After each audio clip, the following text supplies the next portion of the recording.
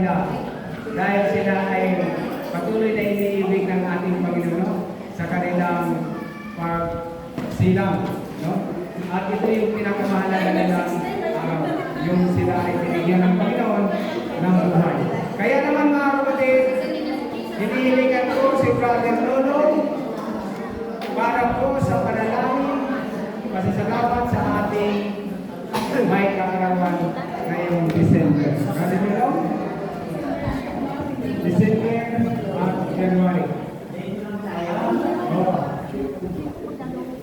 Tayo po tayo mga kapatid para po sa ating panalangin sa ating may kaarawan. Lalo po ito na natin, pagpalalaki na aming Diyos sa kapangyarihan ng lahat. Kami po ay nagpapasalamat sa buhay at lakas na inyong itinaskaloob sa amin ngayon. Narito, Ama, ang inyong anak, dumating sa kanyang buhay. Ang edad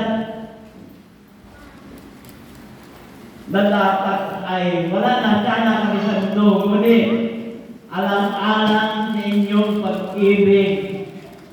Binigyan pa kami ng lakas at buhay. Na sa aming paglilingkod bilang pangunahing mamamayan, sa dakong ito'y narito kami, kaglay pa rin namin ang lakas at buhay. Ama, iniling namin sa inyo. Patuloy sana ninyo kami ingatan habang may kakayanan kumulong sa gawain ng inyong gawa sa mundong ito.